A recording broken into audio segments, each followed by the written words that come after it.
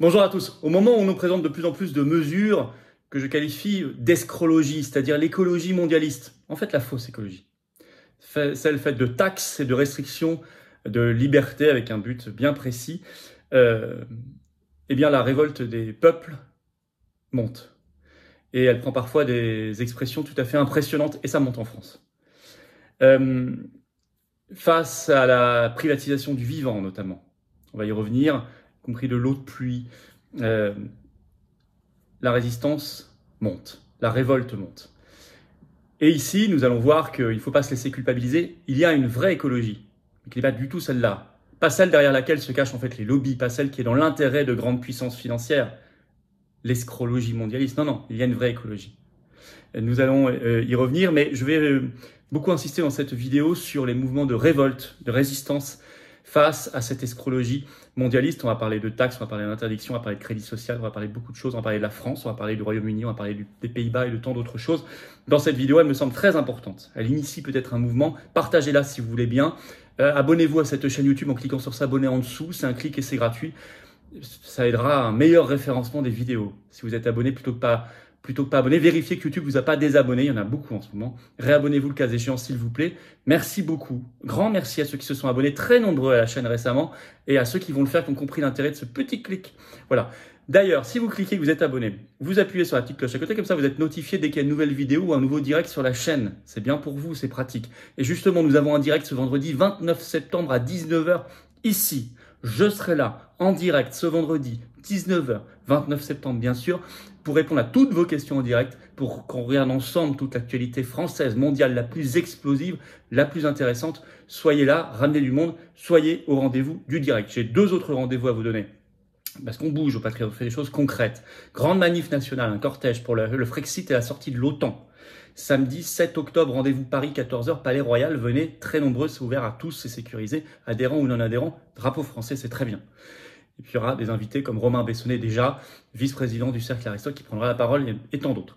Et puis jeudi 12 octobre, j'entame mon tour de France de la liberté à Fréjus. Le soir, réunion publique, 19 h, salle Saint-Égulphe, Charles-Denis. Venez juste, il n'y a pas besoin de s'inscrire. Adhérents, non adhérents, pareil, tout le monde est le bienvenu. C'est juste 5 € l'entrée, après tout est offert, y compris un verre de l'amitié pour qu'on discute ensemble.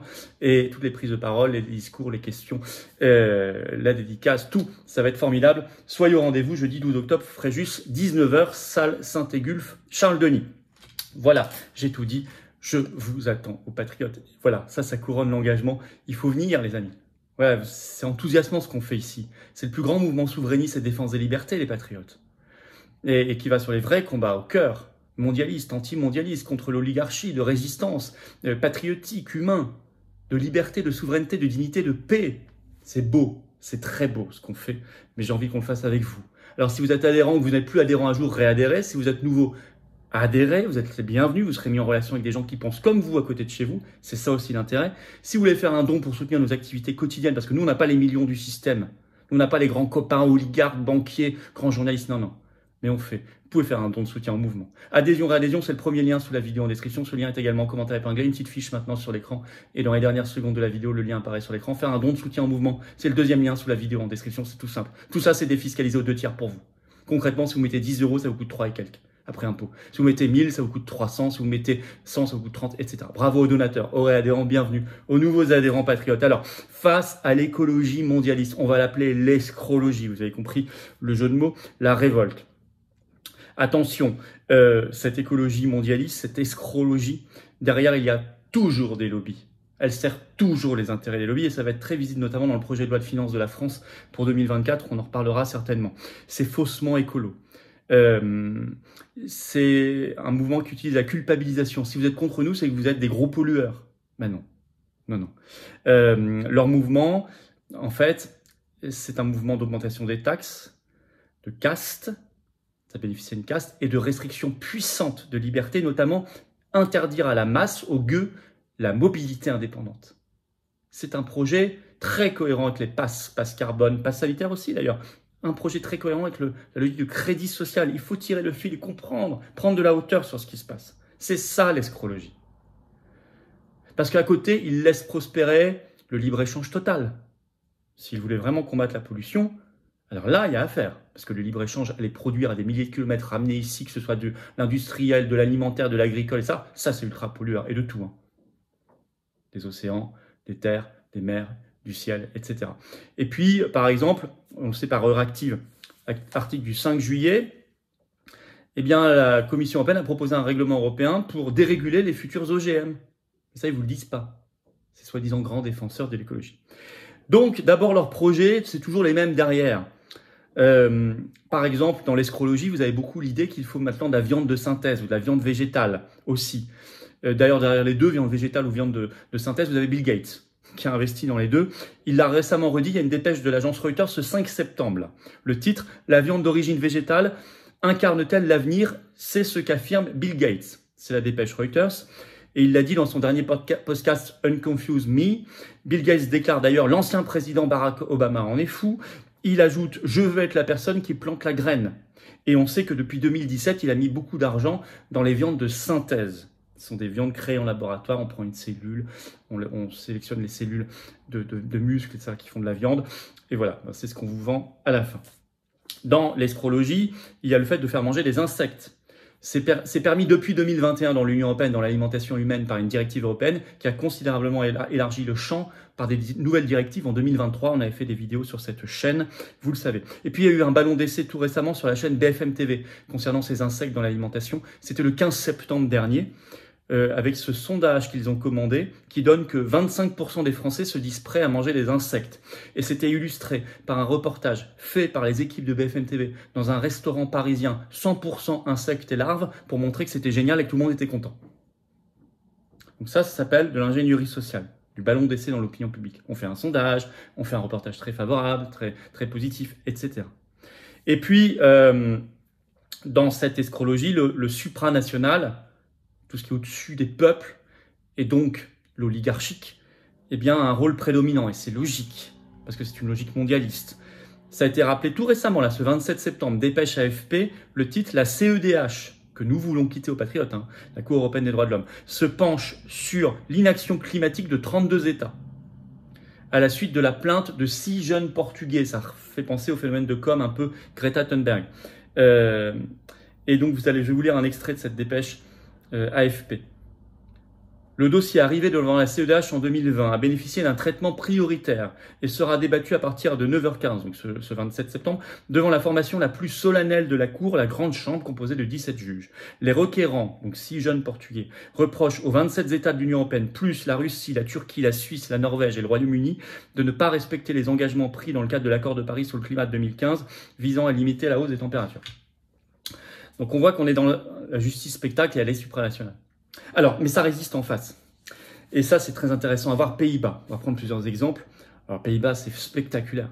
Pays-Bas, il y a des élections législatives le 22 novembre prochain. Et il se trouve que dans les sondages actuellement, le BBB, c'est l'anagramme néerlandais pour dire Mouvement Agriculteur Citoyen, est en tête des intentions de vote. C'est celui qui est issu. Il s'est structuré à partir de la révolte paysanne aux Pays-Bas qui a commencé en 2019 et qui s'est beaucoup accéléré à partir de l'été 2022. On en a largement parlé sur cette chaîne, notamment face au projet de destruction du cheptel néerlandais à la demande de l'Union européenne dans les zones Natura 2000 qui sont des zones créées par l'Union européenne, par la Commission européenne. Les réductions de cheptel, abattre 200 000 vaches. Vous avez les mêmes préconisations en Irlande à la demande de l'Union européenne. Et tout récemment, on en avait parlé, la Cour des comptes française a demandé à la France d'éliminer 200 000 vaches françaises à la demande de l'Union européenne. Donc là, ça a créé l'étincelle aux Pays-Bas. Ça a créé ce mouvement agriculteur citoyen qui est en tête des intentions de vote pour les prochaines législatives. Il a déjà gagné les sénatoriales le 15 mars dernier en remportant 15 sièges au Sénat, le plus grand groupe.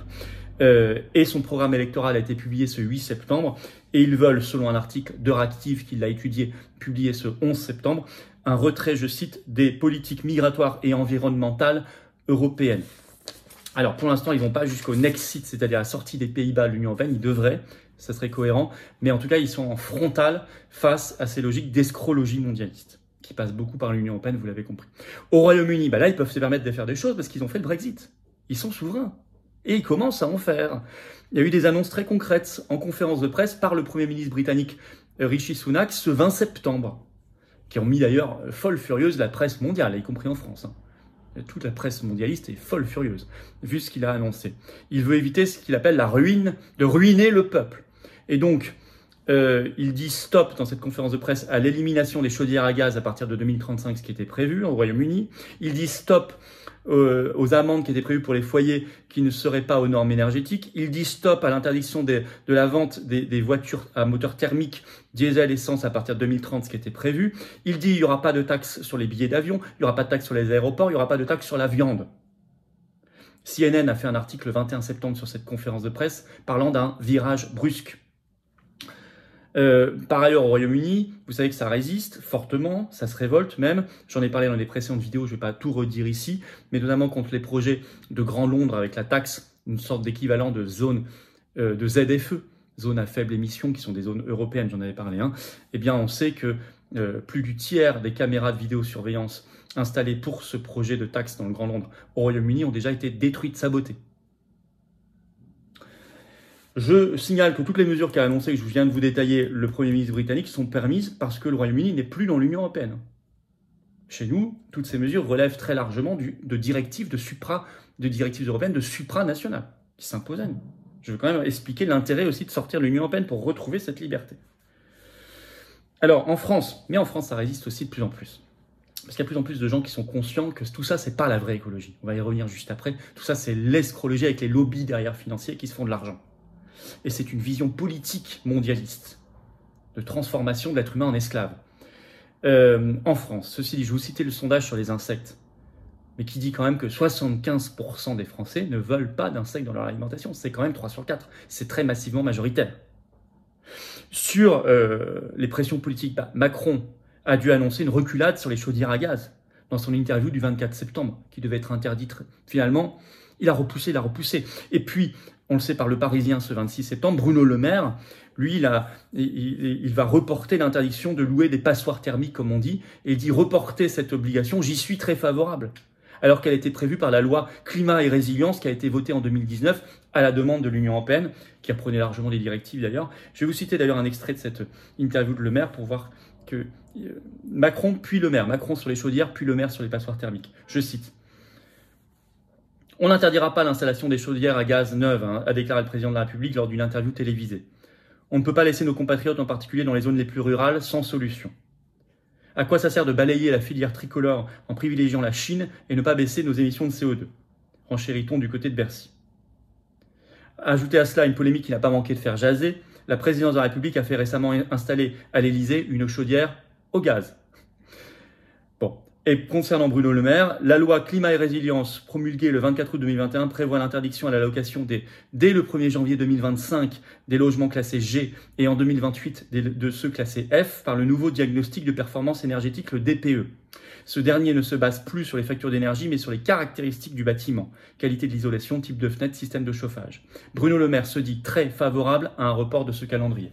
Bon, ça c'est parce qu'il y a des pressions populaires. Et nous, on va en parler de plus en plus ici. Les vrais sujets émergent. Par exemple, Ouest France, de manière surprenante, a consacré le 22 septembre un long portrait à ce qu'ils appellent eux-mêmes un agriculteur souverainiste. Je vais citer Ouest France, un extrait. Donc, il l'appelle agriculteur souverainiste. Donc, mon grand-père a élevé une famille de 5 enfants avec 5 hectares et 5 vaches. Mon père nous a fait vivre avec 30 hectares et 30 vaches. Moi, j'ai 150 hectares et 80 vaches, mais je gagne moins d'argent que ce que gagnaient mes parents. Confie Philippe Grégoire, 57 ans, agriculteur à Chanzeau depuis 1988. Il s'est investi dans l'association des producteurs de lait indépendants et dans le SAMU social agricole national, mais il a quitté la FNSEA avec son père dès 1994. La FNSEA s'est fourvoyée dans le domaine néolibéral qui détruit le monde paysan et dans la cogestion avec les entreprises de l'agroalimentaire, affirme-t-il péremptoire. Et il dit « c'est le libre-échange qui tue nos vaches ». Ça, ce sont des prises de conscience extrêmement intéressantes. Vous savez aussi qu'en France, il y a des résistances fortes, ce qui fait que des collectivités locales sont en train de reculer sur les ZFE. Je ne redis pas tout ici, parce que je l'avais dit dans ma précédente vidéo, allez la voir sur cette chaîne. Et il y a le débat qui monte sur la réutilisation de l'eau, notamment de l'eau de pluie, notamment dans les potagers, etc. Puisqu'un premier décret a été publié fin août par le gouvernement sur ce sujet et que 2 autres doivent venir. Mais il y a des associations qui sont énormément en résistance, en vigilance sur cette affaire pour ne pas laisser passer. Donc il y a une prise de conscience générale. Alors en conclusion, si vous voulez faire de la vraie écologie, Il faut arrêter avec le libre-échange. Il faut relocaliser. Il faut privilégier ici les circuits courts, des modèles qui ne sont pas toujours faisables, mais dès qu'il faut le faire d'agroécologie, d'harmonie entre les plantations, l'environnement, l'humain, etc. Il faut aller sur les vrais sujets, notamment la privatisation du vivant. Vous savez, la privatisation de l'eau de pluie, de l'eau, qui est un vrai sujet, un nouveau narratif mondialiste. La question des graines et des semences, qui est un vrai scandale. Vous n'avez pas le droit d'utiliser vos propres graines pour ressemencer, vous devez prendre celles de l'industrie. Il faut être une force de résistance. Et les patriotes sont bien déterminés à être une énorme force de résistance face à l'escrologie mondialiste et pour promouvoir ces vraies mesures bien plus efficaces, bien plus respectueuses du vivant, de la nature et de nos libertés, de celles de la vraie écologie. On devrait travailler aussi, par exemple, beaucoup plus sur la vraie déplastification. Pourquoi encore des produits où il y a... Alors on a enlevé le plastique général autour, mais on met chaque unité avec un petit bout de plastique autour. C'est complètement fou. Encourageons ce réveil. Stop à l'écologie, l'escrologie mondialiste et liberticide, bien évidemment. Vous savez, on doit travailler sur la question énergétique. Je ne dirais pas tout ici, on en dit beaucoup. Si en France, on réouvre 2 centrales à charbon, c'est parce qu'on a baissé considérablement les investissements dans EDF et dans la filière nucléaire notamment, mais aussi dans les barrages. Pourquoi? À la demande de l'Union européenne, marché européen d'électricité, directive de casse du service public. Donc tout est lié. Vous voyez, le Frexit aussi, il permet aussi d'avoir une meilleure énergie, ce qui fait partie de cette vraie écologie face à l'escrologie mondialiste. Je tenais à faire cette vidéo d'abord pour vous montrer notre philosophie générale et aussi pour vous montrer qu'il y a des résistances qui montent partout. Et il faut les encourager. Et il faut les structurer.